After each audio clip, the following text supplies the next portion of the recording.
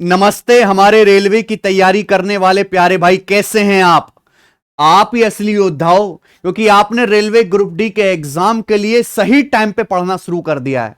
बाकी जो सुप्त ज्वालामुखी की तरह है ना, कि पहले एग्जाम डेट आएगा, उसके बाद सिलेबस के बारे में देखेंगे, फिर पढ़ना शुरू करेंगे, फिर कभी नौकरी ले पाएंगे, ऐसे लोग कुछ नहीं कर पाते मेरे भाई। सक्रिय ज्वालामुखी बनो मेरे भाई। पेपर होना तय है, इसी साल होगा, ज्यादा समय मिलेगा नहीं, तो डेली सारे सब्जेक्ट मेरे प्यारे भाई पढ़ना शुरू कर दीजिए रेलवे ग्रुप डी के एग्जाम के लिए।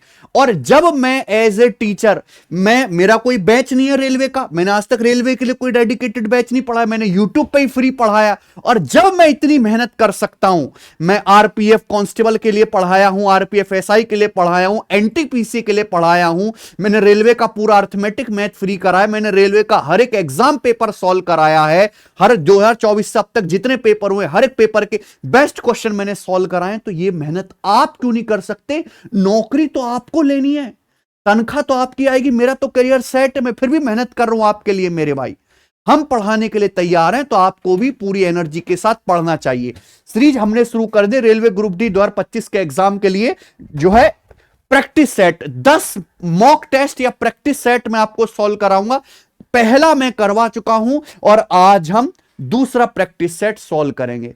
अभी से तैयारी शुरू करो, डेली थोड़ा थोड़ा पढ़ो, तभी जाके सिलेक्शन होगा मेरे भाई। मैथ्स कॉन्सेप्ट किंग हमारा यूट्यूब चैनल है, सब बच्चे इस चैनल को जाके मेरे प्यारे भाई सब्सक्राइब कर लीजिए, ठीक है, ज्वाइन कर लो। और यहां पर ये देखिए पहला प्रैक्टिस सेट की वीडियो है, जरूर देखिएगा मेरे दोस्तों। एक प्लेलिस्ट चैनल पर बहुत खतरनाक, बहुत धांसू, बहुत इंपॉर्टेंट है। रेलवे के आज तक जितने पेपर हुए लेटेस्ट, एएलपी से लेके एनटीपीसी तक, हर एक मैंने सॉल्व कराया। अर्थमेटिक एडवांस, आपके पेपर में भी अर्थमेटिक एडवांस दोनों आएगा, तो सारे लेटेस्ट सवाल जरूर देख लीजिए। इनसे क्वेश्चन तो फटाफट मतलब बिल्कुल रिपीट होगा, थोड़ा सा डाटा और नाम बदल के। चलें तो शुरू करें मेरे प्यारे भाई। रेलवे ग्रुप डी का प्रैक्टिस सेट नंबर 2 और उसका आएगा आपके सामने सवाल नंबर 1। मैंने जो सवाल लिए हैं वो रेलवे के ही प्रीवियस के क्वेश्चन से, रेलवे ग्रुप डी के या लेटेस्ट अलग अलग एग्जाम के, जैसे टेक्नीशियन, जेई का, एएलपी का, एनटीपीसी का। तो ये तो आपको करना ही करना है। पूरे यूट्यूब पे इस तरह के मॉक टेस्ट आपको दूसरे नहीं मिलेंगे, जहां आपको रिलेवेंट बेहतरीन कॉन्सेप्ट के साथ पढ़ाया जा रहा हो। चलो, मेरे करने का फायदा नहीं है, आप कॉपी पेन लेके पहले खुद से बनाने की कोशिश करो। पहला सवाल नावधारा का। A boat travels 176 kilometre upstream in 16 hour, 85 kilometre downstream in 5 hour. What is the speed of boat in still water? शांत जल में नाव की चाल क्या है? अच्छा, एक नाव धारा के प्रतिकूल यानी कि अपस्ट्रीम जाती है 176 किलोमीटर 16 घंटे में। तो अपस्ट्रीम की स्पीड क्या है मेरे भाई? स्पीड बराबर डिस्टेंस बटे टाइम, 16 कम 16, 16 कम 16, 11 किलोमीटर पर आवर। यही नाव धारा के अनुकूल डाउनस्ट्रीम जाती है 85 किलोमीटर 5 घंटे में। तो डाउनस्ट्रीम की स्पीड कितनी आ जाएगी? 17 किलोमीटर पर आवर।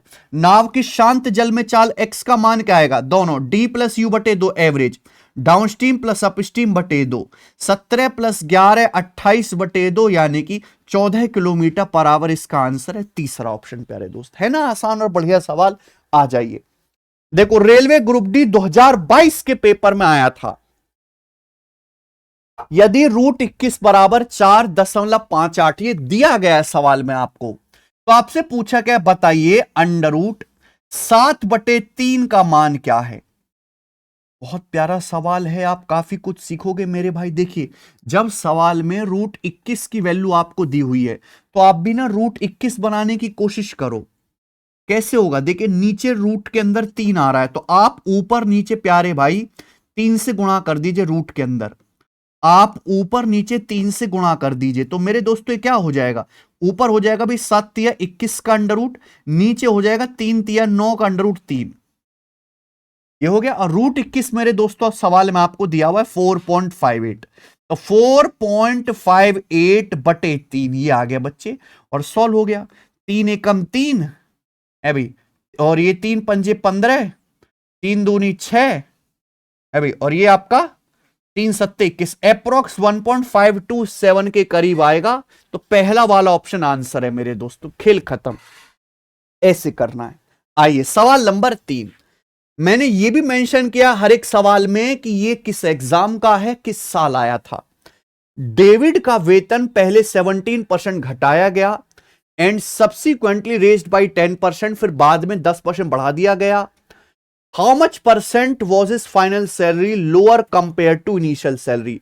तो डेविड की जो फाइनल सैलरी है उसकी शुरुआत की सैलरी से कितने परसेंट कम था। इस सक्सिव का सवाल हो गया बच्चे, परसेंटेज का। डेविड की सैलरी पहले 17% घटाएगी, बाद में 10% बढ़ाएगी, तो फाइनल सैलरी शुरुआत की सैलरी से कितने परसेंट कम है, -17 और 10 का सक्सिव। इसका फॉर्मूला होता है x plus y plus x by बटे 100। घटा रहे हैं तो माइनस, बढ़ा रहे हैं तो प्लस। -17 प्लस 10, -17 गुणा 10 बटे 100 परसेंटेज, ये आ जाएगा मेरे भाई। आप बोलोगे जी सर बिल्कुल सही, तो माइनस का 7, 17 दुसाम 170 बटे 100 1.7, तो ये आ जाएगा मेरे भाई माइनस का 8.7%। माइनस साइन आ रहा है आंसर में, यानी कि जो है सैलरी 8.7% घट गई है। थर्ड ऑप्शन सही है। आगे आइए सवाल नंबर 4। देखिए सर्कल का सवाल है। पीबीए और पीडीसी दो सीकेंड छेदक रेखाएं, सर्कल के बाहर पॉइंट पी से दो लाइन है पीबीए पीडीसी जो सर्कल को काटती हुई जा रही हैं। AD is the diameter of circle with centre O। भाई इस सर्कल का जो सेंटर है मेरे दोस्तों O है ना, और ये लाइन AD जो है इसका व्यास डायमीटर है। एंगल A ये वाला एंगल 30 डिग्री का है, ठीक है। एंगल P ये वाला एंगल यानी कि 20 डिग्री का, ये भी ठीक है। तो आपसे पूछा है DBC। स्टूडेंट ये वाला एंगल आपसे पूछा है, अब बताइए कैसे करिएगा बच्चों इस सवाल को, एक बार बताएं। कभी भी डायमीटर दिखाएगा, सेमी सर्कल बनेगा, तो ये थ्योरम 100% लगनी है कि सेमी सर्कल या अर्धवृत्त में बना कोण 90 डिग्री होता है। एडी क्या है, सर्कल का डायमीटर है, तो एडी से ये एंगल जो बन रहा है ABD, ये एंगल 90 डिग्री का होगा मेरे दोस्तों। आप बोलोगे यस सर बिल्कुल सही।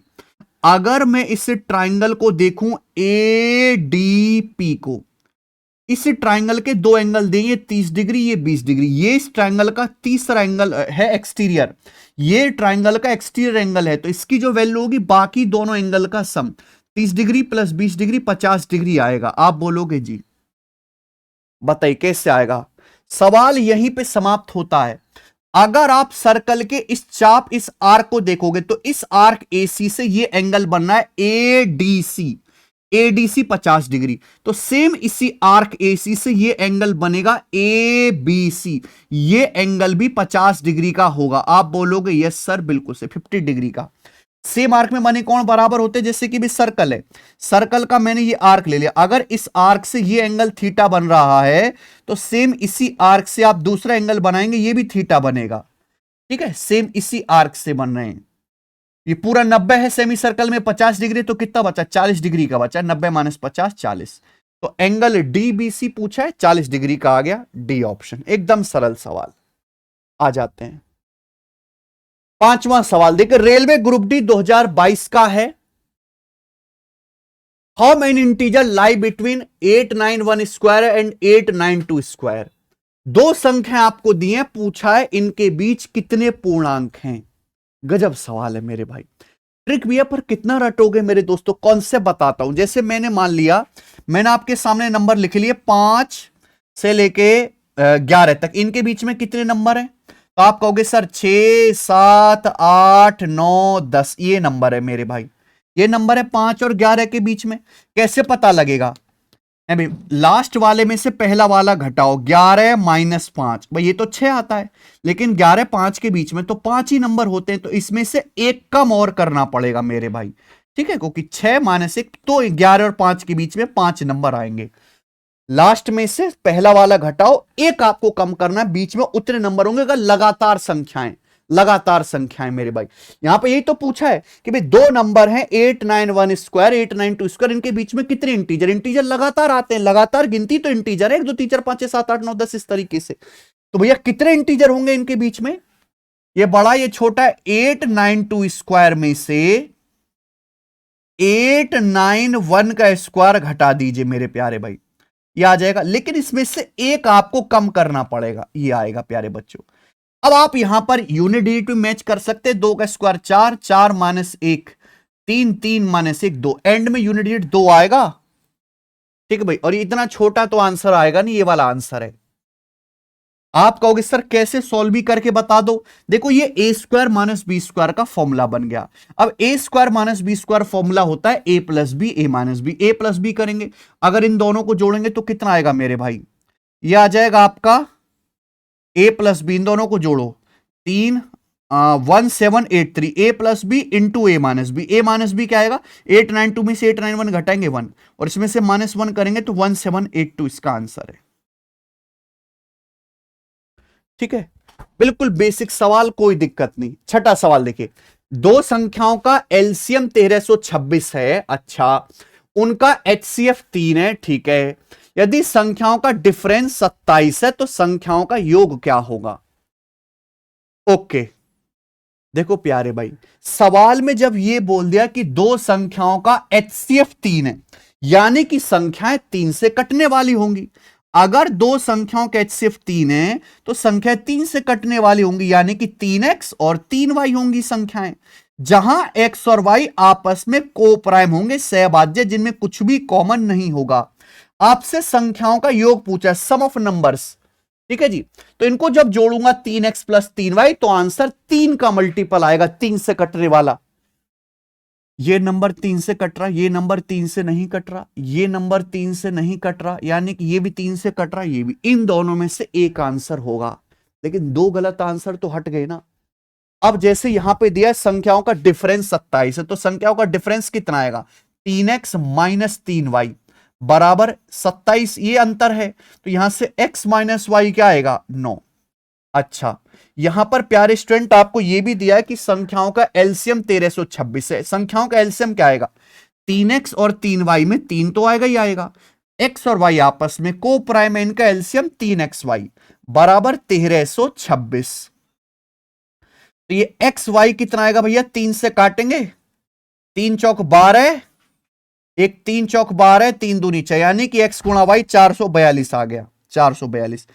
अब मुझे x और y निकालना है। आप बताओ ऐसी दो संख्या मुझे ढूंढ के बता दो जरा आप, जिनकी गुणा करके तो 442 आता हो, गुणा करके और घटा के 9 आता हो। ऐसी दो संख्या बता दो, इंटीजर होंगी। मेरे भाई ऐसा नहीं है कि आपको यहां पे अलजेब्रा लगाना पड़ेगा, थोड़ी बहुत नंबर्स की नॉलेज होनी चाहिए। 442 क्या है, 2 गुणा 221, और 221 हर कोई जानता है 13 गुणा 17, 221 होता है 13 गुणा 17। तो क्या आ जाएगा मेरे भाई, ये देखो 26 और 17 आ गया, खेल खत्म। 26 और 17, 26 17 का डिफरेंस होना, 26 गुणा 17 442, और 26 माइनस 17 मेरे दोस्तों आपका 9 है। बोलो, आप बोलोगे जी सर बहुत बढ़िया, तो x 26 y 17 आ गया। संख्या क्या आ गई, एक संख्या 3 गुणा 26 है, दूसरी संख्या मेरे प्यारे भाई यहां पर 3 गुणा 17 है। संख्याओं का योग आपसे पूछा, ये हो गया संख्याओं का योग। ठीक है जी, आप बोलोगे हाँ सर, तो यहां से 3 कॉमन, ब्रैकेट में 26 प्लस 17 43, यानी कि 129। 129 इसका आंसर है, पहला ऑप्शन एनटीपीसी का। तो मैं आपको अच्छे अच्छे सवाल करवा रहा हूं और पूरा डिटेल में कॉन्सेप्ट के साथ मैं आपको बता रहा हूं, ठीक है, कोई प्रॉब्लम। आगे चलिएगा मेरे प्यारे दोस्त, अगला सवाल, सवाल नंबर 7 रेलवे ग्रुप डी का। 45 रुपए पर केजी वाली चीनी को 52 रुपए पर केजी वाली चीनी के साथ किस अनुपात में मिलाया जाना चाहिए कि मिक्सचर को 55.2 रुपए पर केजी पर बेचने से 15% का प्रॉफिट हो। ये सवाल वो हैं जो पेपर में डायरेक्ट दिखते हैं, और जब आएंगे और आप उड़ाओगे तो मुझे याद करोगे, कहोगे, तारीफ करोगे मन ही मन में। हम दो टाइप की चीनी को मिलाते हैं, एक चीनी का कॉस्ट है 45 रुपए पर केजी, दूसरी चीनी का कॉस्ट है 52 रुपए पर केजी। बोला किस रेशियो में दोनों चीनी मिलानी चाहिए कि मिक्सचर को 55.2 रुपए पर केजी में बेचने से 15% प्रॉफिट हो। तो ये मिश्रण का सेलिंग प्राइस दिया, आप सीपी निकालो। आप मिक्सचर को 55.2 रुपए पर केजी में बेचते हैं, 15% का लाभ होता है, सीपी होता है 100%। अगर 100% पे 15% का प्रॉफिट हुआ तो 115% की वैल्यू है। 1% की वैल्यू क्या आएगी, 115 से डिवाइड करो। 100% की वैल्यू क्या आएगी, 100 से गुणा करो। ठीक है, ये कट गया मेरे भाई, 5 दूनी 10 और ये मेरे दोस्तों आपका 23। ठीक है जी, ये 23 से जरूर जाएगा। 23 दूनी 46 और 23 चौका 92, यानी कि 48 रुपए पर केजी। तो इस सवाल में यही लॉजिक है कि अगर हम दो टाइप की चीनी को मिला रहे हैं तो मिक्सचर का भी सीपी कॉस्ट प्राइस आपको निकालना है। 48 रुपए पर केजी मिक्सचर का सीपी आ गया। किस रेशियो मिलाना चाहिए, एलिगेशन का सवाल है। 52 में से 48 घटाएंगे मेरे प्यारे भी 4, और 48 में से 45 घटाएंगे 3, यानी कि दोनों टाइप की शुगर को 4-3 के रेशियो में मिलाना पड़ेगा। C option. 16,000 की राशि पर 8.25% वार्षिक दर से 6 फरवरी 2022 से 20 अप्रैल 2022 तक का सिंपल इंटरेस्ट फाइंड आउट करो मेरे भाई। ये वो सवाल है मेरे दोस्तों जो कभी आपका पीछा नहीं छोड़ेंगे, चाहे एसएससी हो चाहे रेलवे। आपको सिंपल इंटरेस्ट निकालना है, जो निकालना बहुत सिंपल है। कॉन्सेप्ट क्या है, सिंपल इंटरेस्ट बराबर प्रिंसिपल गुणा रेट परसेंट ब्याज की दर इनटू टाइम। अब आप मुझे बताओ, यहां पर प्रिंसिपल मूलधन कितना दिया है, 16,000 रुपए। रेट परसेंट कितना है, 8.25% है ना, जो बड़ा गंदा सा है। तो 8.25 का मतलब 8 प्लस 0.25 यानी कि 54 यानी कि 1/4। तो 8 प्लस 1/4 कितना आएगा, 4 अट्ठे 32 प्लस 1 33/4%। तो 33/4% हो गया इनटू टाइम। टाइम आपको नहीं पता, ठीक है, निकालना पड़ेगा मेरे भाई। यह 6 फरवरी 2022 से 20 अप्रैल 2022 तक। देखिए ऐसे सवालों में या तो 73 डेज पे सवाल बनता है या उसके मल्टीपल पे। नहीं समझे होंगे मेरे भाई। एक बात बताओ, ये कोई लीप ईयर तो है नहीं, 2022 है। 2022 में कितने दिन होंगे, 365 दिन होंगे। 365 दिन होते हैं मेरे भाई एक साल में। अब जब मैं बात कर रहा हूं 6 फरवरी से 20 अप्रैल तक, तो 6 फरवरी की सुबह से 20 अप्रैल की सुबह तक लेना है आपको। ठीक है, जहां 6 फरवरी सुबह होती है, शुरू होती है, और 20 अप्रैल शुरू होती है, वो टाइम लेना है। तो देखिए फरवरी 28 दिन की, तो 6 फरवरी की सुबह से लेना है, यानी कि शुरू के 5 दिन आपको नहीं लेने हैं। तो 28 में से 5 घटाओ, 23 दिन की फरवरी होगी। मार्च आपका 31 दिन का होता है। 20 अप्रैल की सुबह तक, यानी कि आपको मेरे दोस्तों यहां पे लेना है 19 अप्रैल की रात तक। तो 19 दिन ये हो गए। तो 31 प्लस 19 50 और 23 73 डेज आ गया। बोलो हाँ, आप बोलोगे यस सर। 73 डेज क्या है बच्चों, ये बताओ। 73 डेज जो है वो 1/5 ईयर है। अगर मैं 5 से डिवाइड कर दूं, ध्यान सुनिएगा, 365 को 5 से डिवाइड कर दूं तो यहां भी 5 से डिवाइड करना पड़ेगा, 1/5 साल। बोलो हां कि ना।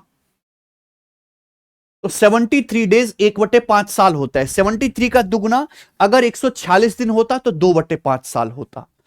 ठीक है भाई, आप बोलोगे यस सर, बिल्कुल सही। तो यहां पे टाइम जो है वो 1/5 साल है। साल में ही लेना, क्योंकि ब्याज की दर रेट परसेंट पर एनम है। देखो परसेंटेज से 2 जीरो आपका कटता है। 4 पंजे 20 से 160 कटता है 8 बार।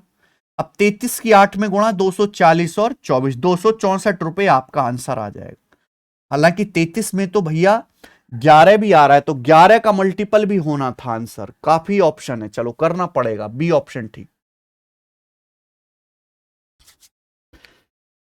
समझ आ गया दोस्त, आप बोलोगे सर ठीक है। आइए सवाल नंबर 9। यदि 15 और -16 एक क्वाड्रेटिक इक्वेशन के रूट्स हैं, द्विघात समीकरण के मूल हैं, तो वह समीकरण क्या है। देखिए मैं कॉन्सेप्ट बता दे रहा हूं। अगर किसी क्वाड्रेटिक इक्वेशन के रूट्स अल्फा बीटा हैं, अगर किसी क्वाड्रेटिक इक्वेशन के रूट अल्फा बीटा हैं, तो जो वो क्वाड्रेटिक इक्वेशन जो होगी मेरे प्यारे भाई, वो द्विघात समीकरण जो होगी वो कैसे होगी मेरे भाई, कैसे लिखी जाएगी पता है आप लोगों को।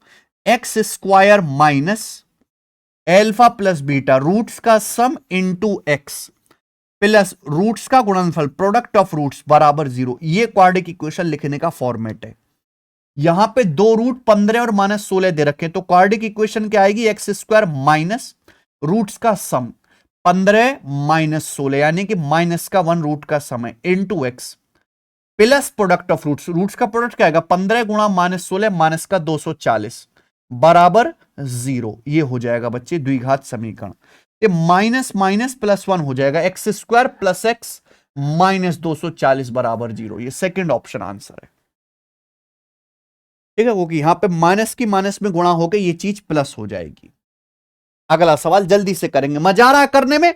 सवाल नंबर 10, लो सवाल आप। ये वायरल क्वेश्चन है मेरे प्यार भी रेलवे का। The price of fuel decreases by 15, 25, 35% in 3 successive month, but increases by 40% in the 4th month.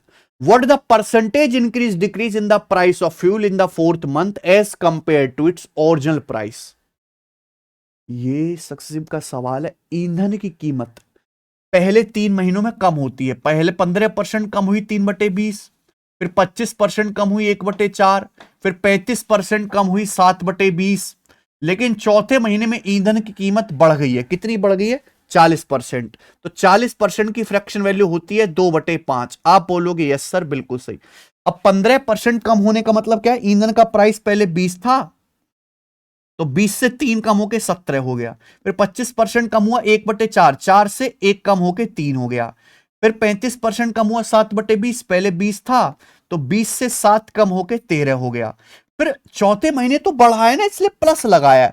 40% 2/5, यानी कि 5 था, तो 5 से 2 बढ़ के 7 हो गया, मल्टीप्लाई। अब इसकी गुणा करनी, देखो कुछ कट तो रहा नहीं है, तो 20 गुणा 20 400 और 4 पंजे 20, यानी कि नीचे आ गया 8000, 8000 आ गया। कोई तकलीफ इसमें नहीं। ऊपर कितना आ गया भैया? ऊपर आ जाएगा मेरे भाई 17 गुणा 13, देखो 221 होता है, बहुत फेमस गुणा है, इंटू 3 7 21। अब 21 की पहले 200 में गुणा करो 4200, फिर 21 की 21 में गुणा कर लो इसमें 441, यानी कि 4641 हो गया। 4641 ये क्या आ गया? ये इनिशियल फाइनल वैल्यू का रेशियो आ गया। यानी ईंधन का प्राइस अगर पहले शुरुआत में 8000 था, तो 4 महीने बाद घट के 4641 हो गया। तो ईंधन का प्राइस इंक्रीज तो हुआ ही नहीं है, क्योंकि 8000 से घट के 4641 हो गया, यानी कि ईंधन का प्राइस डिक्रीज हुआ है। 2 ऑप्शन तो देखते ही कट गए। लेकिन ये दोनों ऑप्शन में से कौन सा सही है? काफी नजदीक भी है ऑप्शन। ये 40 है, ये लगभग 42 के करीब है। अब आप ये देखो कि इनिशियल 8000 है तो 4641 हो गया, तो परसेंटेज में ईंधन का प्राइस कितना हो गया? परसेंटेज में कन्वर्ट कर लेते हैं डायरेक्ट, इंटू 100%। ईजी है ना ये नंबर। तो ये कितना चला जाएगा? 8 पंजे 40, 40 के बाद बच जाएगा 6 4, 8 अट्टे 64, बिल्कुल सही, यानी कि अप्रोक्स 58%। यानी कि ईंधन का प्राइस 58% हो गया। 8000 से 8000 का 4641 कितना है? लगभग 58%। 8 पंजे 40, 6 4 अट्टू मट्टू 54, लगभग 58% हो गया। यानी कि ईंधन का प्राइस अगर 100% था, तो अब 58% हो गया। तो कितना घट गया मेरे प्यारे भी? कितना कम हो गया? 42% डिक्रीज हो गया, अप्रोक्स 42% आएगा। पहला ऑप्शन सही है। अच्छा सवाल 11वां। ये देखिए मेरे भाई, बढ़िया सवाल। मैं और एग्जाम के भी क्वेश्चन कुछ डालूंगा, सारे नहीं, जो एक्सपेक्टेड है मेरे भाई। कॉट की पावर 4 5 माइनस कॉट स्क्वायर 5 बराबर 1 है, तो इसकी वैल्यू क्या होगी? ऐसे सवालों का ज्यादातर आंसर 1 ही आता है, पर सबका नहीं आता मेरे भाई। देखो कैसे करेंगे, आपको कॉट से कॉस में जाना है। तो ये कॉट की पावर 4 5 है, आप बोलोगे यस सर बिल्कुल सही। ये उधर चला जाएगा, ये माइनस कॉट स्क्वायर 5 को उधर ले जाइए मेरे प्यारे भाई, राइट साइड में, तो ये 1 प्लस कॉट स्क्वायर 5 हो जाएगा। क्यों ऐसा मैंने क्यों किया? क्योंकि फॉर्मूला बन गया। कॉट का मतलब होता है कॉस बटे साइन, तो कॉट का मतलब कॉस की पावर 4 फाई बटे साइन की पावर 4 फाई। बोलो, आप बोलोगे यस सर बिल्कुल सही, कोई प्रॉब्लम? और ये 1 plus cot square 5, 1 plus cot square 5 हो गया बच्चे कॉसेक स्क्वायर 5, कॉसेक स्क्वायर 5। इसलिए मैंने किया। कॉट का मतलब कॉस बटे साइन, पावर 4 है, 1 plus cot square 5 cosec square 5, cosec का मतलब 1 बटे साइन, तो 1 बटे साइन स्क्वायर 5 आ गया मेरे भाई। आप बोलोगे यस सर बिल्कुल सही। ये मल्टीप्लाई हो जाएगी ऐसे क्रॉस, तो कॉस की पावर 4 5 किसके बराबर आ गया? साइन की पावर 4 बटे साइन स्क्वायर, यानी कि साइन स्क्वायर 5 के बराबर आ गया। बोल हाँ, आप बोलोगे सर मस्त। अब आप बताओ, सवाल में ये पूछा, कभी भी देखिए इस तरह की चीजें आए, सारे फॉर्मूले पावर 2 में होते हैं, आप कॉस की पावर 4 को बदल लो। मैंने कॉस की पावर 4 फाई क्या निकाला, कॉस की पावर 4 फाई की वैल्यू निकाल ली साइन स्क्वायर फाई। तो कॉस की पावर 4 का मतलब साइन स्क्वायर फाई है। तो साइन स्क्वायर फाई प्लस ये रहा कॉस स्क्वायर फाई, और sine square phi plus cos square phi दुनिया जानती है उड़ उड़ के वन आंसर होता है, खत्म। आगे आ जाइए, सवाल नंबर 12। मजा आ रहा है भाई, इस तरह के इंटरेस्टिंग सेशन आपको लगातार चाहिए, आप मेरे साथ प्रैक्टिस करने में अच्छा लगता है, हमारे सवालों का कंपाइलेशन पढ़ाने का तरीका बढ़िया लगता है, तो कमेंट किया करो, पूरा देखा करो मेरे प्यारे भाई। आप इनका स्क्रीनशॉट लेके मोबाइल में सेव कर लो। ए स्क्वायर प्लस बी स्क्वायर 83 है, ए गुणा बी 6 है, ए बड़ा है बी से, तो पूछा है ए माइनस बी बटे ए प्लस बी। बहुत बढ़िया सवाल है, बहुत बढ़िया, और बहुत ज्यादा आए बेटा ये एनटीपीसी में, थोक के भाव में आया ए माइनस बी बटे ए प्लस बी, जैसे आपको ये निकालना है। प्यारे भाई ये बात समझो कि सवाल में दिया क्या है, A square plus B square ए गुणा बी, तो इसी की हेल्प से निकालना है। देखो ए माइनस बी का स्क्वायर क्या होता है, ए माइनस बी का स्क्वायर होता है A square plus B square minus 2ab। नीचे प्यारे भाई ए प्लस बी है, ए प्लस बी के स्क्वायर होता है A square plus B square plus 2ab। ये 7वीं क्लास का बच्चा भी जानता है, लेकिन भाई ये स्क्वायर नहीं है, ठीक है, तो इसका क्या करना पड़ेगा, आपको अंडर रूट वर्गमूल लेना पड़ेगा, दैट्स इट, ये बात बन गई। ए माइनस बी क्या आएगा, under root of A square plus B square minus 2ab, A plus B under root of A square plus B square plus 2ab। यहां पे केवल आपको वैल्यू रखनी है, क्योंकि मुझे A square plus B square भी पता है, ए बी भी पता है, A square plus B square A B की केवल वैल्यू रख दो यहां पर, क्या हो जाएगा प्यारे बच्चे, ए स्क्वायर प्लस बी स्क्वायर 83 है, ए बी आपका मेरे दोस्तों 6 है, तो 6 दूनी 12 अपॉन 83 प्लस 12, तो ये कितना आ जाएगा मेरे भाई 71 बटे 95, 3 2 5 8 अंडर रूट 71 बटे 95। तो यहां पर स्टूडेंट सेकंड ऑप्शन करेक्ट हो गया। देखो इजी है ना सवाल, पूरा करके बता दिया हमने आपको। आगे आ जाइए, सवाल नंबर 13। ये क्वेश्चन रेलवे ग्रुप डी 2022 का लिख के ले लो मेरे भाई, मैं पढ़ाना छोड़ दूंगा अगर कम से कम 5 शिफ्ट में ग्रुप डी में ये सवाल ना आया, एटलीस्ट 5 शिफ्ट में अलग अलग डाटा पे। एग्जामिनर का मन भरता ही नहीं इस सवाल को डाले बिना। सवाल पहले पढ़ो, जब 1833, 2482 और 3190 को एक लार्जेस्ट नंबर x से डिवाइड किया जाता है, तो ईच केस में रिमाइंडर y आता है। 3x माइनस 14y का मान ज्ञात कीजिए। देखो एक सबसे बड़ा नंबर x कोई ऐसा है, एक लार्जेस्ट नंबर x ऐसा है, लार्जर नहीं लार्जेस्ट होना चाहिए भाई, एक सबसे बड़ा नंबर x ऐसा है जिससे इसको डिवाइड करूं 1833 को, 2482 का, 3190 को, तीनों में से किसी को डिवाइड करूं, हर बार इक्वल रिमाइंडर आएगा y। तो मेरे प्यारे भाई इस x की वैल्यू कैसे निकालेंगे, वो सबसे बड़ा नंबर कौन सा है, इसका कॉन्सेप्ट है दो दो का पेयर बना के डिफरेंस लो। 2482 में से 1833 घटाओ, तो 12 में से 3 गया 9, और ये 7 में से 3 गया ये 4, और मेरे प्यारे भाई ये 24 माइनस 18 6, 649। यहां देखिए 3190 में से 2482 घटाओ तो कितना आएगा मेरे प्यारे भाई 708, ठीक है।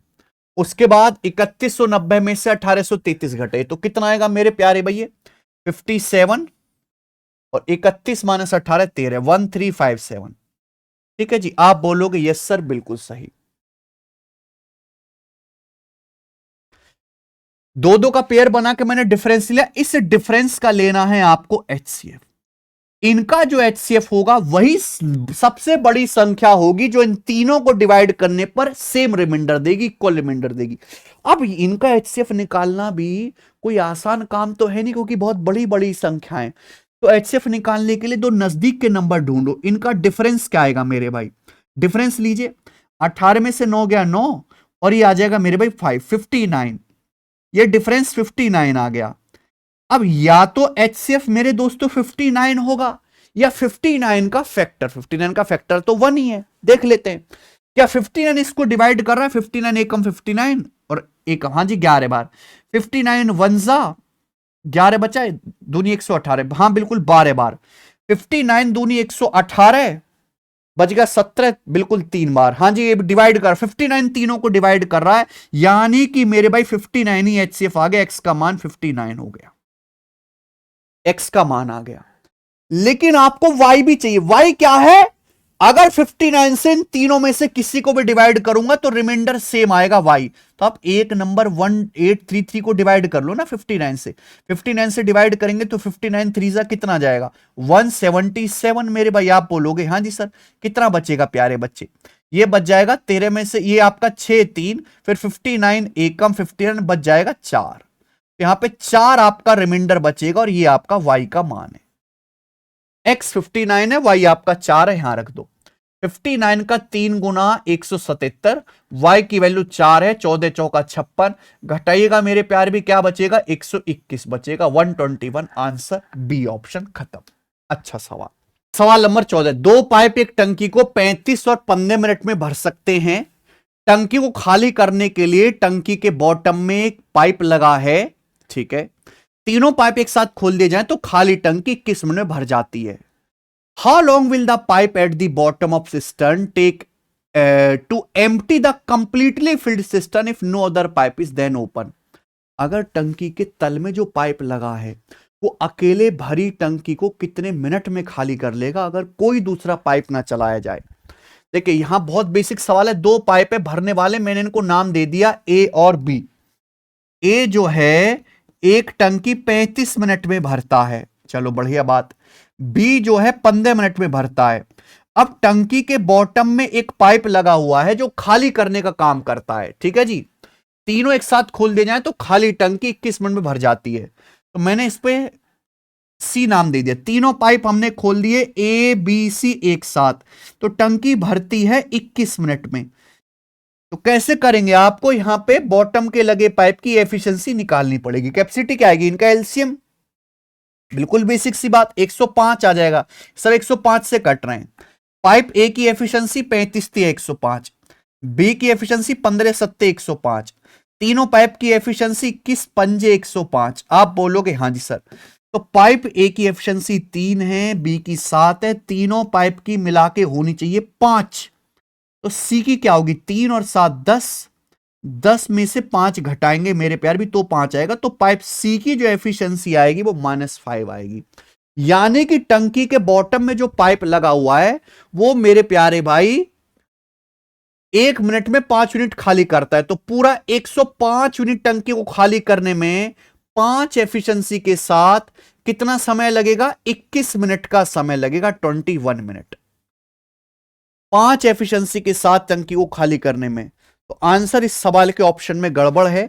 आंसर इसका 21 मिनट आ जाएगा, ठीक है, 21 मिनट। पाइप सी जो है अकेले जो बॉटम में लगा 21 मिनट में टंकी खाली कर देगा। 15वां सवाल, यदि sign A plus cos A 1/2 √2 है तो साइन की पावर 4a प्लस कॉस की पावर 4a क्या है? बहुत बहुत ज्यादा इंपॉर्टेंट सवाल है मेरे भाई। इस सवाल को करने के लिए पहले फॉर्मूला याद होना चाहिए। साइन की पावर 4a प्लस कॉस की पावर 4a का फॉर्मूला होता है 1 - 2 साइन स्क्वायर ए कॉस स्क्वायर ए। 1 - 2 साइन स्क्वायर ए कॉस स्क्वायर ए। लिख लो कॉपी में मेरे भाई, स्क्रीनशॉट ले लो।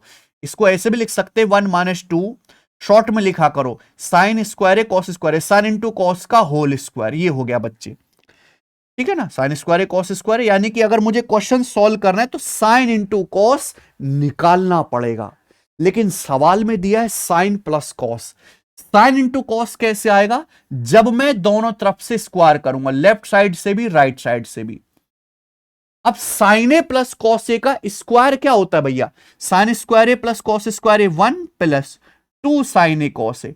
2 साइन ए कॉस ए क्या आ गया मेरे भाई? 1/2 √2 का स्क्वायर, यानी कि 1/8।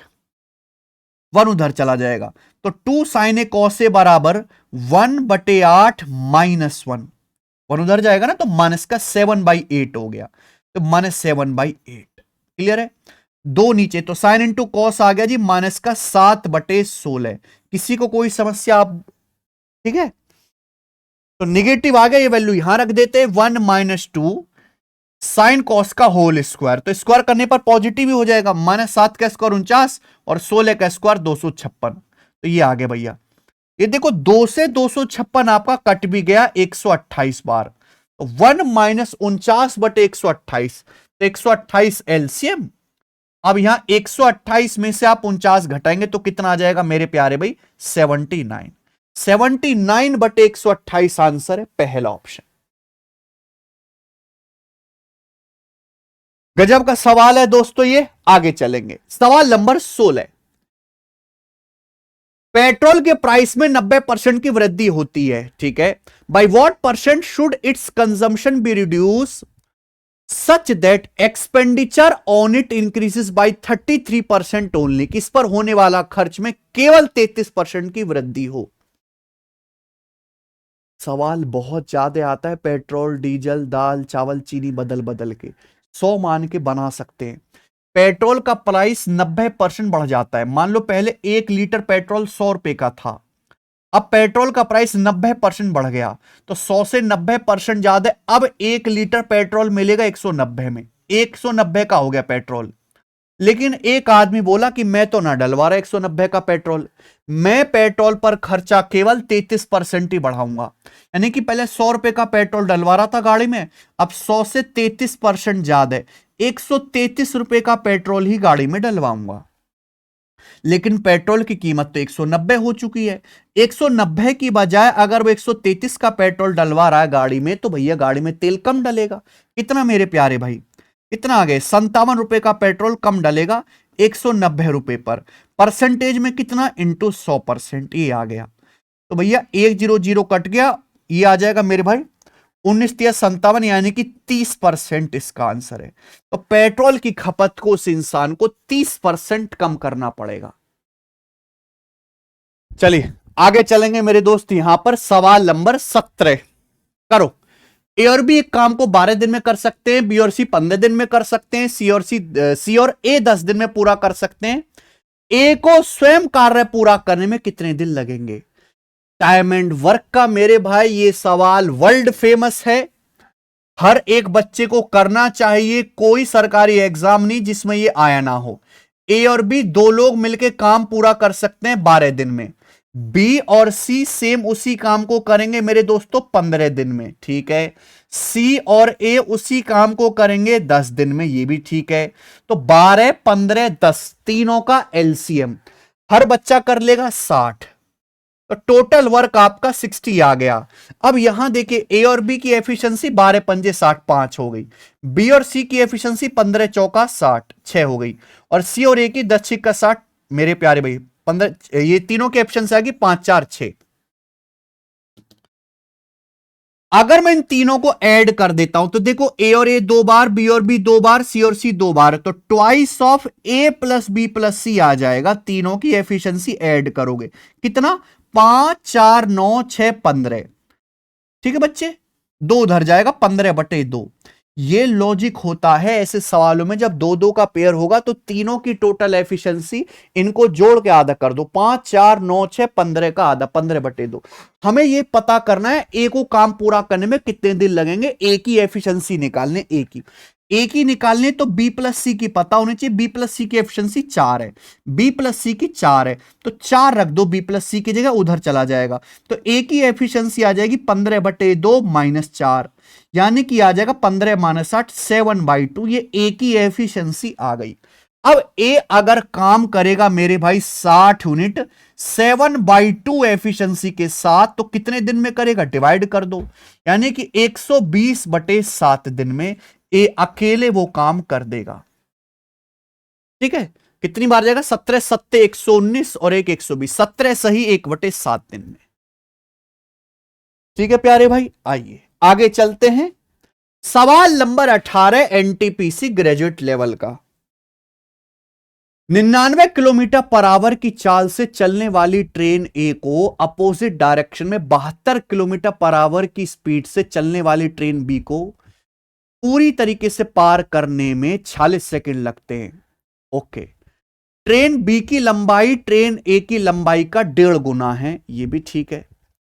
ट्रेन बी एक पुल को 82 सेकंड में पूरी तरीके से पार करती है, ट्रेन बी। अच्छा, तो सवाल में पूछा है ये बताना जरा पुल की लंबाई क्या है। शानदार सवाल, शानदार सवाल मेरे प्यारे भाई। देखो मजा आ जाएगा ये क्वेश्चन करने में। दो सवालों को मर्ज करके बना दिया गया है। दो ट्रेन मेरे दोस्तों ए और बी चल रही हैं अपोजिट डायरेक्शन में। एक ही स्पीड है यहां पर 99 किलोमीटर पर आवर, ये पार करती है बी जो चलिए 72 किलोमीटर पर आवर की स्पीड से मेरे भाई। एक दूसरे को पार करने में 40 सेकंड लगते हैं। जब दो ट्रेन अपोजिट डायरेक्शन में पार करेंगे कितने डिस्टेंस जाएंगे? दोनों की लंबाई का सम। डिस्टेंस बराबर रिलेटिव स्पीड। अपोजिट डायरेक्शन में रिलेटिव स्पीड क्या आएगी? S1 प्लस S2, दोनों को जोड़ो 99 plus 72 171 kilometre per hour. Kilometre per hour को मीटर पर सेकंड में बदलेंगे 5/18, ये आ गया। कितनी देर में पार करते हैं? 40 सेकंड में पार करते हैं, इंटू 40 मीटर, ये आ गया मेरे भाई। ठीक है, डिस्टेंस बराबर दोनों की लंबाई का सम बराबर रिलेटिव स्पीड। अपोजिट डायरेक्शन में 99 प्लस 72 ये हो जाएगा S1 प्लस S2 171। ठीक है भाई, किलोमीटर पर आवर को मीटर पर सेकंड में बदलेंगे 5/18 इंटू 46। अब ये बताइए 9 से 19 बार, 9 से 18 2 बार, 2 से आपका 40 चला जाएगा 23 बार, 23 बार ये कट गया। आप बोलोगे हां सर मजा आ गया। अब सवाल में बोला है ट्रेन बी की लंबाई ट्रेन ए का 1.5 गुना है। बी की लंबाई ए का 1.5 गुना है। 1.5 गुने का मतलब 3/2। ट्रेन बी की लंबाई ए का 1.5 गुना। अगर ए की लंबाई 2 यूनिट है तो बी की लंबाई 3 यूनिट है। ये ए और बी की लंबाई का रेशियो है। तो दोनों ट्रेन की टोटल लंबाई कितनी है? 5। दोनों ट्रेन की टोटल लंबाई कितनी है? 2 और 3 5 यूनिट। जबकि दोनों ट्रेन की टोटल लंबाई कितनी है? 19 गुणा 5 गुणा 23 मीटर। 19 गुणा 5 गुणा 23 मीटर। आप बोलोगे यस सर। यहां देखिए 5 से 5 कट जाएगा तो 1 यूनिट की वैल्यू आएगी 19 गुणा 23। ठीक है जी, तो 1 यूनिट के लिए 19 गुणा 23 है, तो 3 यूनिट की वैल्यू आएगी 3 गुणा 19 गुणा 23 मीटर। ये आ गया मेरे भाई। आप बोलोगे यस सर। तो ये हो गया जी 19 57 गुणा 23, ये 57 गुणा 23 आ गया। 23 23 पंजे 115, 1150 और 23 सत्ते 161, 1150 और 161, 15 16 1 2 नहीं, ये आ जाएगा मेरे भाई 1 और ये 1331 हो गया 1331। ये आ गया मेरे प्यारे, नहीं 1331 थोड़ा ना, 1 6 5 11 1 और 1 2 और 1 3 1311 1311 आ गया 1311 मीटर। ये ट्रेन बी की लंबाई आ जाएगी। क्या हो रहा है भाई? 1311 मीटर। बढ़िया सवाल है मेरे भाई, थोड़ा सा तो टाइम लगेगा आपको। अब यहां तक ट्रेन बी की लंबाई है। आप कहोगे सर आपने ट्रेन बी की ही लंबाई क्यों निकाली? क्योंकि सवाल जो अगला बना है वो ट्रेन बी के लिए बनाया है। अब ये ट्रेन बी एक पुल को पार करते हैं, पुल को पार करते 82 सेकंड में। पुल की लंबाई निकालनी। जब कोई ट्रेन किसी पुल को पार करेगी तो ट्रेन खुद की लंबाई भी जाएगी 1311 मीटर, प्लस पुल की लंबाई भी जाएगी मेरे प्यारे भाई। ठीक है, और डिस्टेंस, पुल तो चलेगा नहीं, ट्रेन ही चलेगी। तो ट्रेन बी पार करेगी, कितनी स्पीड है ट्रेन बी की? 72 किलोमीटर पर आवर की स्पीड से, मीटर पर सेकंड में 5/18। कितने टाइम में पार करती है? 82 सेकंड में पार करते, इंटू 82। ये आ जाएगी मेरे भाई ट्रेन बी की लंबाई प्लस पुल की लंबाई, स्पीड इंटू टाइम। तो 18 चौक 72, ये आ जाएगा जी पुल की लंबाई। यहां पर 82 की 20 में गुणा करेंगे तो ये आ जाएगा भाई 1640 माइनस 1311, तो 329 मीटर इस सवाल का आंसर है। बेहतरीन सवाल, 329 मीटर, ऑप्शन नंबर 4। तो देखो एक सवाल ये है, एक सवाल ये लेटेस्ट रेलवे एनटीपीसी में आया है और इस लेवल के कुछ सवाल आपके पेपर में भी आएंगे। सवाल नंबर 19, राकेश ने 154 कुर्सी बेची और 66 कुर्सी के सेलिंग प्राइस के बराबर प्रॉफिट हुआ, उसका लाभ परसेंट कितना है? राकेश ने 154 कुर्सी बेची, 66 कुर्सी के सेलिंग प्राइस के बराबर प्रॉफिट हुआ। मैंने मान लिया कि माना एक चेयर का सेलिंग प्राइस 1 रुपए है। बेस्ट तरीका बताता हूं, मान लिया जैसे एक चेयर का सेलिंग प्राइस 1 रुपए है, अब राकेश को 66 चेयर के सेलिंग प्राइस के बराबर प्रॉफिट हुआ। एक चेयर का सेलिंग प्राइस 1 रुपए, तो 66 चेयर का सेलिंग प्राइस 66 रुपए होगा। तो राकेश को 66 रुपए का प्रॉफिट हुआ। राकेश ने 154 कुर्सी बेची। अच्छा, एक कुर्सी 1 रुपए की बिकती है, तो 154 कुर्सी कितने की बिकेंगी? 154 कुर्सी बिकेंगी 154 की। 154 रुपए की कुर्सी बेची, 66 रुपए का प्रॉफिट हुआ राकेश को। तो राकेश ने कुर्सी खरीदी कितने की होंगी? सीपी क्या होगा मेरे भाई? 154 में से 66 घटाएंगे मेरे भाई, 88।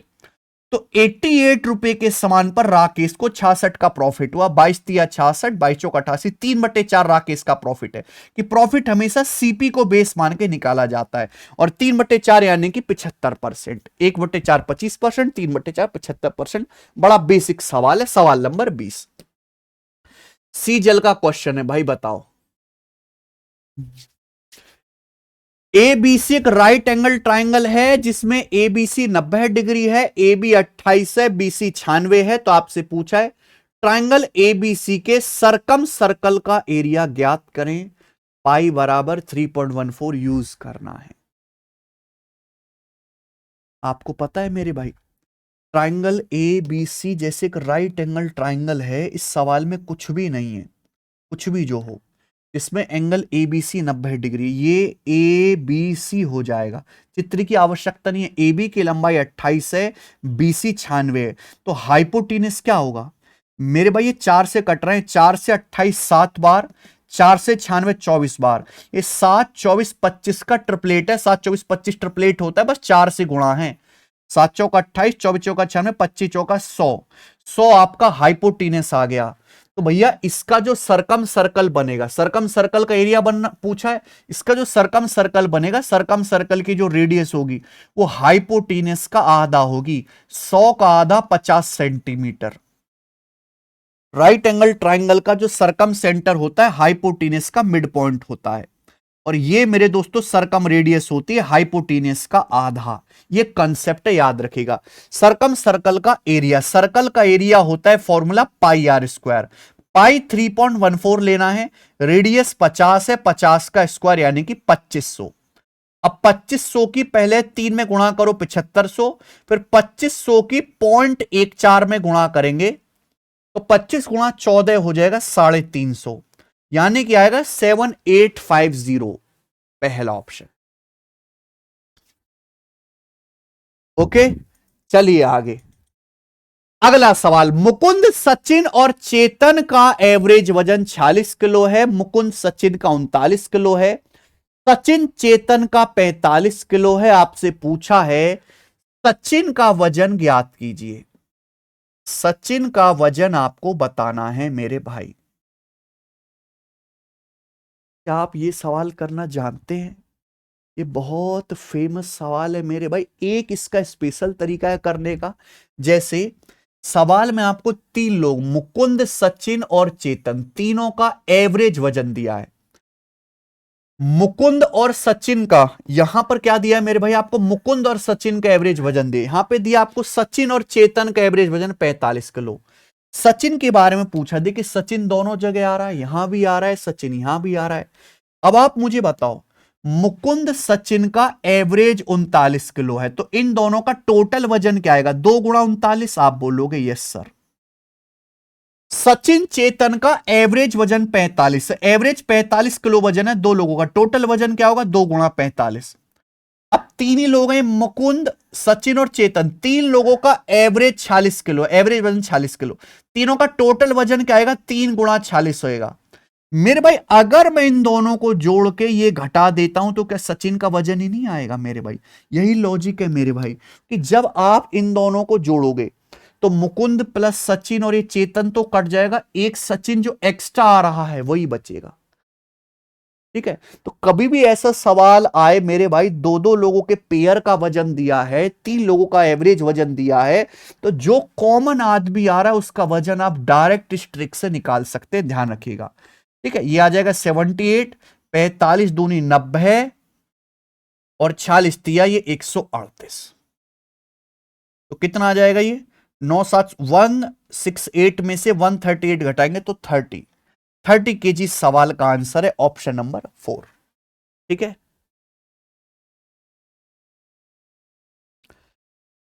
अगला सवाल लेंगे मेरे प्यारे भाई, यहां पर सवाल नंबर है 22। ये देखो रेलवे ग्रुप डी का ही प्रीवियसर सवाल आ गया, रेलवे ग्रुप डी का।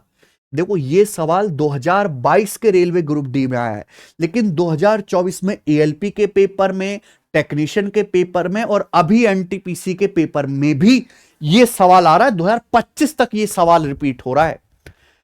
एक वॉशिंग मशीन का कॉस्ट प्राइस एक टीवी के कॉस्ट प्राइस से 40% कम है। यहां लिख रहे हैं बच्चों वॉशिंग मशीन, यहां लिख रहे हैं प्यारे स्टूडेंट टीवी। वॉशिंग मशीन का सीपी टीवी से 40% कम है। 40% की फ्रैक्शन 2/5, यानी कि टीवी अगर 5 रुपए का है, टीवी अगर 5 रुपए का है तो वॉशिंग मशीन 3 रुपए की है। ये वॉशिंग मशीन और टीवी के सीपी का रेशियो है 3:5। हुआ क्या? वॉशिंग मशीन का कॉस्ट प्राइस 18% बढ़ जाता है, टीवी का क्रय मूल्य 10% कम हो जाता है, टीवी का सीपी 10% कम हो जाता है। सवाल में पूछा है तो 5 वॉशिंग मशीन 2 टीवी के कुल कॉस्ट प्राइस में क्या चेंज होगा? What is the change in the total cost price of 5 washing machine और 2 टीवी? 5 वॉशिंग मशीन 2 टीवी के प्राइस में कितना चेंज होगा? एक वॉशिंग मशीन 3 रुपए की है, 5 वॉशिंग मशीन कितने की होंगी? 5 से गुणा। एक टीवी 5 का है, 2 टीवी कितने के होंगे मेरे प्यारे में? 2 टीवी लेने, 2 से गुणा। तो 5 वॉशिंग मशीन और 2 टीवी के प्राइस का जब मैं रेशियो लूंगा तो देखिए 5 से 5 कट जाएगा, 5 से 5 कट जाएगा, ये रेशियो सिंप्लीफाई होके आ जाएगा 3:2। 5 से 5 कट जाएगा 3:2। तो ये मैंने 5 वॉशिंग मशीन और 2 टीवी के प्राइस का रेशियो निकाल लिया। कुल चेंज कितना आएगा मेरे भाई? कुल चेंज आपको निकालना है या तो डेविएशन या मेरे प्यारे भाई वेटेड एवरेज। बड़ा आसान डाटा है यहां तो देखो यहां 3 का 18% बढ़ गया, 18 3 54। यहां 2 का 10% कम हो गया, 10 दूनी 20। तो 54 - 20 34% बढ़ गया, पॉजिटिव आ रहा है ना। आउट ऑफ टोटल प्राइस कितना है? 3 + 2 5। तो 34/5 आ गया मेरे भाई, 68/10 6.8%। अगर फाइनल आंसर पॉजिटिव आया है तो डिक्रीज नहीं हुआ है, इंक्रीज हुआ है। कितना? 6.8% का इंक्रीज। चलिए दोस्त आगे चल लेते हैं अगले सवाल की तरफ। सवाल नंबर 23 रेलवे ग्रुप डी 2022 का। a² - 13 a - 1 = 0 है तो a² + 1/a²। अलजेब्रा का एक बड़ा बेसिक डायरेक्ट सवाल जरूर आएगा मेरे भाई। कभी भी ऐसी क्वेश्चन है हम दोनों तरफ क्या करते हैं? ए से डिवाइड करिए, अलग अलग डिवाइड करो। a² को a से डिवाइड करेंगे a आएगा। ये -1 है, -1 को a से डिवाइड करेंगे माइनस का 1/a आएगा। ये माइनस का 13a है, जैसे -13a को a से भाग करेंगे माइनस का 13 आएगा। लेकिन -13 जब राइट साइड में चला जाएगा तो पॉजिटिव हो जाएगा 13। अब a - 1/a अगर 13 है तो a² + 1/a² का आएगा फॉर्मूला k² + 2। 169 + 2 171 आंसर। सवाल नंबर 24 उम्र वाला सवाल दिख रहा है। x की प्रेजेंट एज का 7 गुना y की प्रेजेंट एज के दुगने से 6 साल कम है। प्रेजेंट में p की एज x की 7 गुनी है, y क्यों से 6 साल छोटा है, p क्यों से 70 साल बड़ा है, तो y की एज बताओ। ओके देखो सवाल बेहतरीन है। ये सवाल जो है अर्थमेटिक का है, लेकिन यहां अलजेब्रा की 2 इक्वेशन आपको सॉल्व करनी पड़ती हैं। जैसे मान लो कि x की एज x है, y की एज y है। अब जो सवाल बोले वो करते जाना। बोले x की प्रेजेंट एज का 7 गुना y की प्रेजेंट एज के दुगने से 6 साल कम है। तो x की प्रेजेंट एज का 7 गुना, x की प्रेजेंट एज का 7 गुना y की प्रेजेंट एज के दुगने से 6 साल कम है, यानी कि इनका डिफरेंस 6 साल ही तो बोला है। x की एज का 7 गुना y की एज के दुगने से 6 साल कम है, ये पहली लाइन होगी। p की एज x की 7 गुने y क्यू से 6 साल छोटा है, p क्यू से 70 साल बड़ा। ये p क्यू जबरदस्ती घुसा दिया, p क्यू से 70 साल बड़ा है, यानी कि p माइनस क्यू 70 आना चाहिए। ये जबरदस्ती घुसा है p क्यू, हमें तो xy पे काम करना है। ये देखो p की एज x की 7 गुनी है, तो यहां पे p की जो एज है वो क्या है? x की 7 गुनी है, ये आपको लिखना है 7x। y क्यों से 6 साल छोटा है। जैसे ये लाइन लिखिए, y क्यों से 6 साल छोटा है, तो y बराबर q माइनस 6 हो गया। y क्यों से 6 साल छोटा है, इसका मतलब q जो है y से 6 साल बड़ा है ना, यानी कि q की जगह मैं क्या लिखूंगा, q y से 6 साल बड़ा हो जाएगा, बराबर 70। तो यहां पे 7x माइनस वाई, ये -6 उधर चला जाएगा तो 70 प्लस 6 76 हो जाएगा। तो ये आ गया मेरे भाई 7x माइनस वाई। तो यहां पर आपका 7x माइनस वाई बराबर आ गया 76। y क्यू से 6 साल छोटा है, यानी कि क्यू y से 6 साल बड़ा, ये हो जाएगा। अब मुझे यहां से y की एज निकालनी है, x गायब कर रहा है। x कैसे गायब होगा, कुछ नहीं बेटा, ये तो बहुत आसान हो गया, जोड़ दो दोनों को। अगर दोनों को ऐड कर देंगे तो 7x से माइनस 7x कट जाएगा, 2y में से y घटाएंगे y आएगा, 76 में 6 जोड़ेंगे 82 हो गया। तो y तो काफी बूढ़ा है भैया, 82 साल का है। Second option, third option. बढ़िया सवाल, आगे आजे लास्ट क्वेश्चन करेंगे मेरे प्यारे भाई आज के इस मॉक टेस्ट का, प्रैक्टिस सेट 2 का। The mean proportional between this, दो संख्याएं आपको दी हैं, इनका मध्य अनुपाती ज्ञात कीजिए। कोई भी दो नंबर दिए जाएं आपको ए और बी, तो उनका मीन प्रोपोर्शनल आएगा रूट ए बी, दोनों संख्याओं की गुणा करके अंडर रूट ले लो। तो जैसे मेरे भाई मुझे यहां पे ये दो संख्याएं दी हैं, इनका मीन प्रोपोर्शनल निकालना है, तो आप इनकी गुणा करो, गुणा करके अंडर रूट ले लो। लेकिन ये वो सवाल है जो कंप्यूटर स्क्रीन पे आपको दिखेगा, तो आपको रफ सीट में नहीं उतारना है, आपको कंप्यूटर से ही आंखों आंखों में निपटाना है, क्योंकि मेरे पास इसके ऑप्शन दिए हुए हैं प्यारे बच्चे। ये बात समझ में आ रही है, आप बोलोगे हां जी सर आ रही है। अब आप ये देखो कि यहां पे इंटीजर पे ध्यान दीजिए, इंटीजर कैसा आएगा, जब इंटीजर की इंटीजर में गुणा हो, रूट की रूट में। अब जैसे 18 के 18 में गुणा करेंगे 324 आएगा, 324 आएगा, आप बोलोगे हां जी सर। अब 10 रूट 7 की गुणा करेंगे -4 रूट 7 में, तो ये क्या आएगा मेरे भाई, ये आएगा 10 चौक 40, रूट 7 की रूट 7 में गुणा 7, यानी कि 40 सत्ते 280। अब 324 में से 280 घटाएंगे तो ये आ जाएगा 44, तो 44 आना चाहिए, यानी कि 10 नहीं आएगा मेरे भाई, 4 नहीं आएगा, 44 आएगा। आंसर या तो पहला ऑप्शन है या तीसरा ऑप्शन है। अभी भी मैं फंस गया, फंस गया तो भैया और मेहनत करनी पड़ेगी। अब यहां पे आप रूट देखो, रूट कैसे आएगा, रूट कैसे आएगा, रूट कैसे आएगा मेरे भाई, जब कुछ ना कुछ तो हो, 18 की गुणा हो -4 रूट 7 में, है ना, एक इंटीजर की रूट में, यानी कि -18 चौक माइनस का 72 रूट 7 हो गया, आप बोलोगे यस सर। और ये 10 रूट 7 की गुणा हो 18 में, 18 दुसाम 180 रूट 7 हो, तो 180 में से 72 घटाएंगे तो क्या आएगा, 108 रूट 7 आएगा, 56 नहीं आएगा, 108 रूट 7 आएगा, ये आंसर है भाई। 18 चौ माइनस का 72 रूट 7, 18 दुसाम 180 रूट 7, ये आएगा 108 रूट 7। बढ़िया सवाल, क्लियर।